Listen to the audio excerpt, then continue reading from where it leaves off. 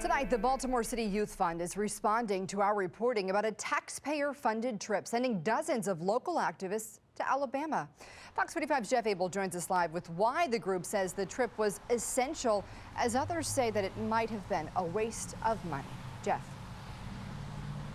Well, you know, by law, a portion of every tax dollar collected in this city goes to the Baltimore Children and Youth Fund. And tonight, directors of that fund are defending a trip to an Alabama spa, which critics call nothing more than a junket for adults. It was February, on the same month when juveniles were setting a record number of robberies in Baltimore.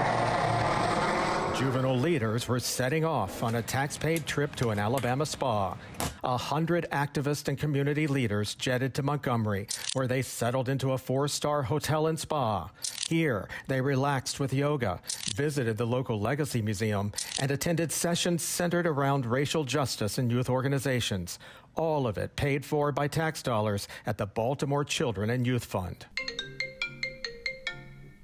Right now, I'm just embarrassed, to be honest with you. Former Baltimore Mayor Jack Young, who first launched the fund 8 years ago, says he had intended for the group's funds to benefit youth organizations. I didn't envision them taking trips and doing yoga for community members who are not young children. A week after Spotlight on Maryland first broke the story, a spokesman with the Youth Fund is now defending the out-of-state trip, writing in a statement that any trip that BCYF funds is an educational capacity-building trip that our grantees and employees participate in to advance their knowledge in the nonprofit field in order to equip these individuals with the tools to strengthen the crucial work they are doing through the various programs they manage in support of our city's most precious asset, the youth of Baltimore.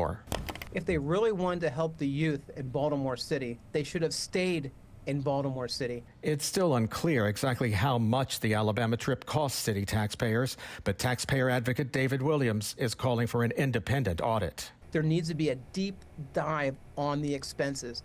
And when I say deep dive, I'm talking about individual receipts for the hotel, for meals, for everything from this trip. You're not helping children in Baltimore City by sending 100 people to Alabama.